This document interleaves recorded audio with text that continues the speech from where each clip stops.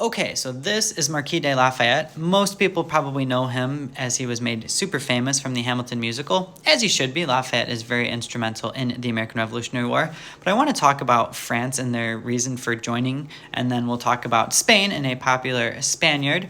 Anyways, after the Battle of Saratoga, France looks at the landscape of the Revolutionary War and says the Patriots have a shot at winning this, we should join.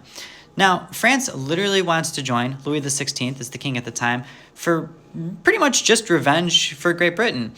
Remember, the French had had all of their lands taken away after the French and Indian War, and they basically have the thought of, if we can't be in America, neither should you, so France will join.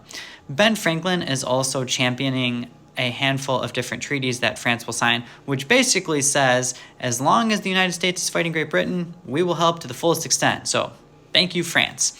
Now, Lafayette is less than 20 years old when he will head to the United States to help the Revolutionary War. He actually has a ship funded by his own money. He inherits a lot after his parents sadly passed away. Lafayette is a superstar, to the truest extent of the word. He will be at Valley Forge suffering with the American troops. George Washington is a big fan of him. During the Conway Cabal, which was a plot to take George Washington out of the being the general of the army, Lafayette sides with Washington. Lafayette gets wounded at the Battle of Brandywine. He gets shot in the calf, still orders a respectful retreat. At the hospital, Washington says, treat this man as if he was my own. Lafayette will go back to France, petition for ships to come to the cause, which are going to be huge at the Battle of Yorktown. When Lafayette comes back after serving at a handful of other battles super nobly, he's going to help stall a British advance, helping the French fleet come behind the British at Yorktown. That's the last battle of the American Revolutionary War. So we could thank Lafayette, we could thank France for that, but I don't want to leave Spain out of this, so let's dive into Spain.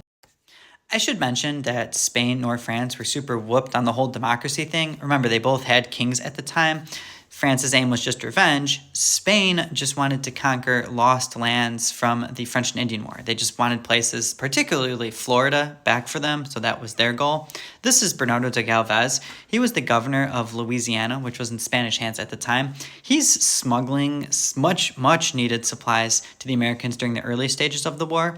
Even though Spain was neutral, when Spain will declare war on the British, de Galvez goes on an absolute capture spree, capturing a lot of the American southeast, places like Mobile. He will lay siege to Pensacola, winning Pensacola back to the Spanish.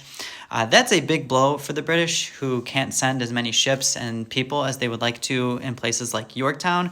De Galvez and Lafayette are honorary U.S. citizens, by the way. In fact, Pensacola's sister city is de Galvez's hometown. He's also the namesake of Galveston, Texas. Anyways, I'm running out of time. Hopefully you learned something for always.